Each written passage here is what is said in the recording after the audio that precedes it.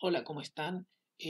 Bueno, en esta ocasión, esta va a ser la última de dos clases donde vamos a ver la segunda mitad del siglo XX o distintas cuestiones alrededor o los grandes lineamientos del proceso histórico-social a nivel, sobre todo latinoamericano, pero con, por supuesto, un marco internacional de inserción. em, de la segunda mitad del siglo porque, bueno, esto es como el cierre de la materia y también una especie de repaso de ciertos elementos de cara a la forma final de evaluación, digamos, a la forma final de evaluación que van a tener. Entonces sirve como cierre de la materia, sirve como introducción de elementos de cara a la fase final de la evaluación, sea cual sea esta. Así que, bueno, vamos a avanzar en este sentido.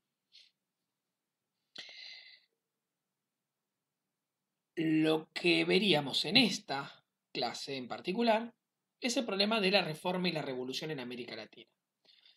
No en forma genérica, sino acotado a un periodo.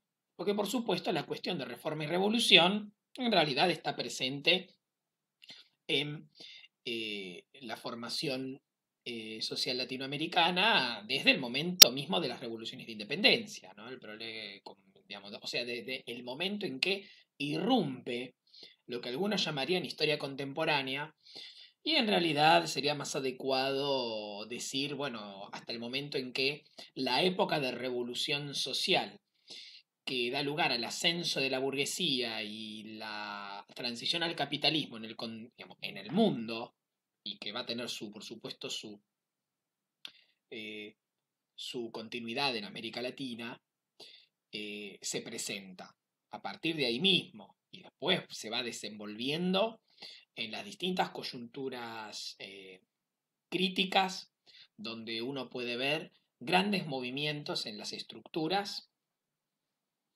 eh, no solo como parte del movimiento permanente de la sociedad, sino también como consecuencia de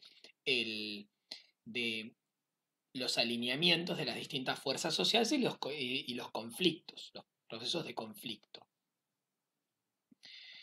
Bien, entonces nosotros lo que veríamos hoy es el problema de la reforma y la revolución en América Latina a partir de la segunda posguerra y hasta la década del 70.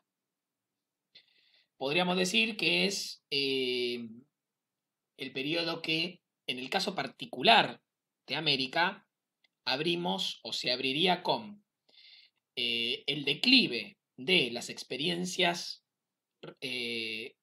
reformistas encabezadas por el nacionalismo, los movimientos nacionalistas de la década del 30 y del 40. Este eclipse se da fundamentalmente en la década del 50 y encuentra su límite, el periodo, en la oleada de golpes de Estado y instalación de dictaduras terroristas en todo el continente en la década, más o menos durante la década del 70. Estos serían los límites. Periodo en el cual lo que podríamos decir que lo que se discutía, una de las cosas que se discutía era, bueno, ¿cuál es el camino hacia la transformación estructural de la sociedad? Que en realidad lo que esconde son dos debates. Por un lado, siempre el enfrentamiento entre aquellas fuerzas sociales representadas políticamente que buscan la transformación de la sociedad, una transformación progresiva, contra, o por supuesto, las fuerzas sociales que lo que quieren es la conservación del orden, en los mismos términos. Y que incluso frente al desafío de las fuerzas que quieren la transformación, lo que encuentran como respuesta es una eh, reacción regresiva. Esa es una discusión. Ahora, dentro de las mismas fuerzas que quieren la transformación, hay un gran debate. ¿Cuál es el camino?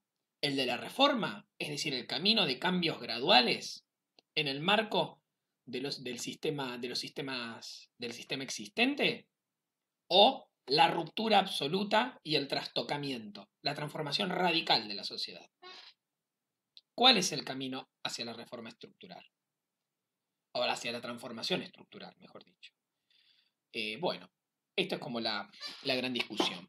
Pero bueno, empecemos con un poco de contexto internacional, porque a nivel internacional los límites del periodo, con cierta concordancia con lo que estamos, con la forma en que se delimitó en América Latina, pero por otros motivos, es por supuesto el fin de la Segunda Guerra imperialista o Segunda Guerra Mundial, el inicio de la llamada Guerra Fría, y este va a ser como el punto de partida, y el punto de llegada o el cierre va a ser la crisis de acumulación del sistema capitalista en la década del 70, con lo cual, o con la cual, no solo se da como el progresivo abandono de el modelo económico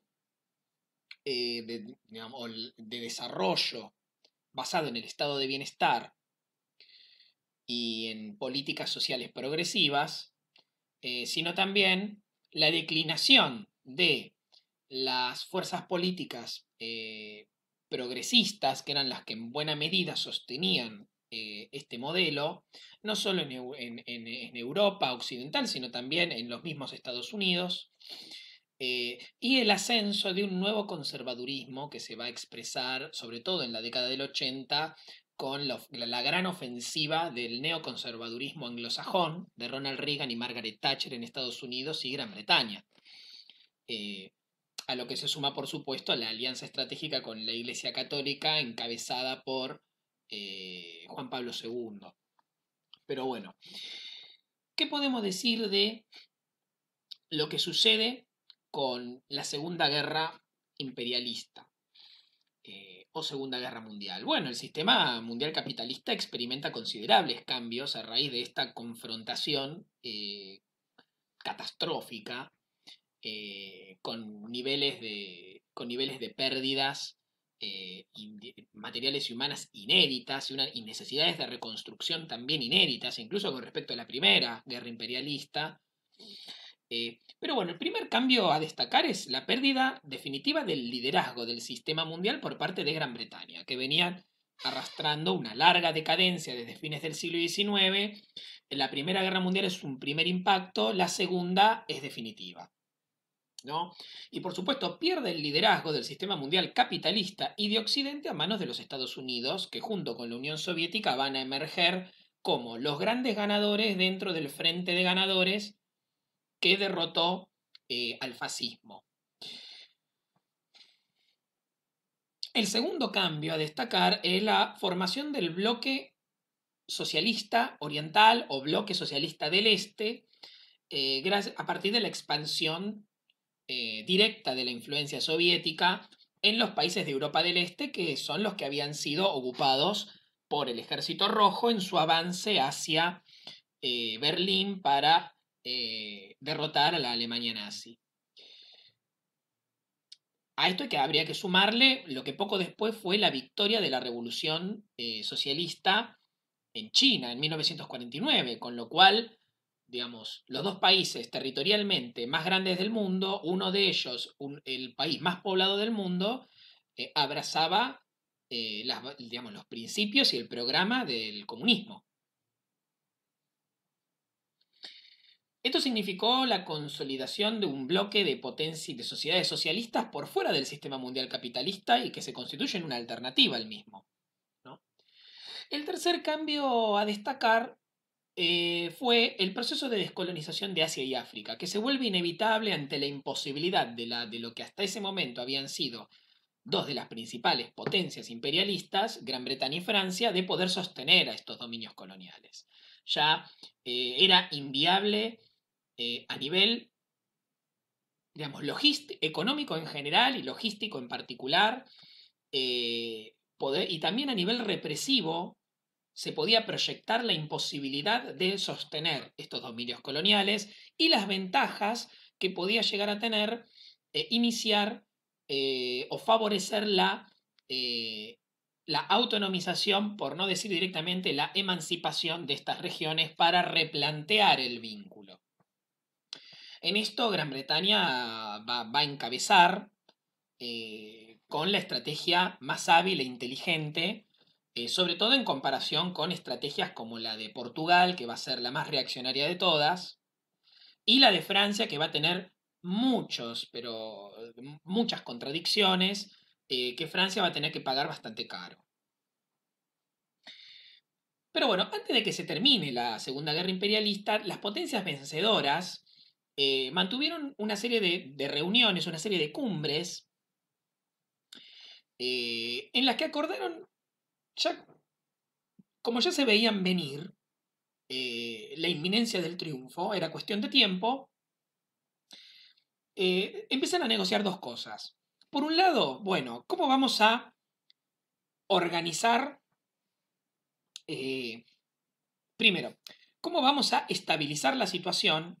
O sea, darle un cierre al conflicto, estabilizar mínimamente la situación para garantizar la paz en lo inmediato, pero había como una serie de objetivos secundarios, o mejor dicho, más que secundarios, objetivos subterráneos, que van a ir elevándose hasta convertirse en la verdadera prenda de disputa, cuestión en disputa, que es, bueno, más allá de la reorganización en el momento, para estabilizar la situación, para tomar el control, ¿cómo va a ser el nuevo orden de posguerra? Cuando esto termine, es imposible volver atrás. Ahora, como es imposible volver atrás, y una vez que se estabilice la situación, hay que tratar de construir un sistema internacional y sobre todo un sistema continental a nivel de Europa que impida que podamos volver a tener una escalada como la que nos llevó a este conflicto. ¿Cómo vamos a hacer? Y además, es evidente que, y esto lo pusieron sobre la mesa claramente Estados Unidos y la Unión Soviética, eh, los liderazgos a nivel mundial no van a ser los mismos. ¿Qué tipo de sistema de toma de decisiones y de negociación a nivel internacional vamos a establecer para mantener una serie de equilibrios a futuro?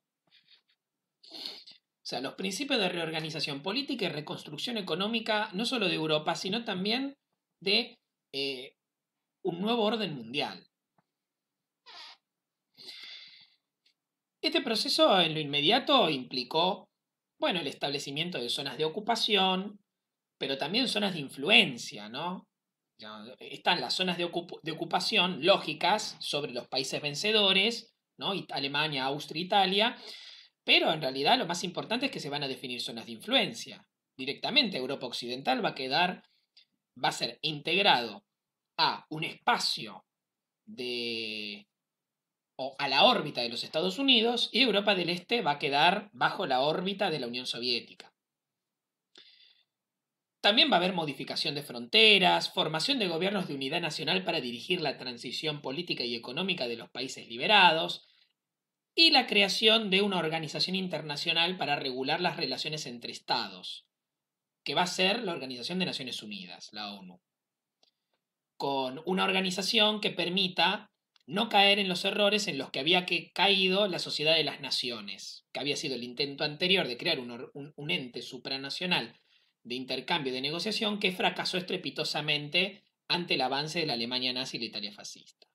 Bueno, hacemos una interrupción para pasar a la segunda parte.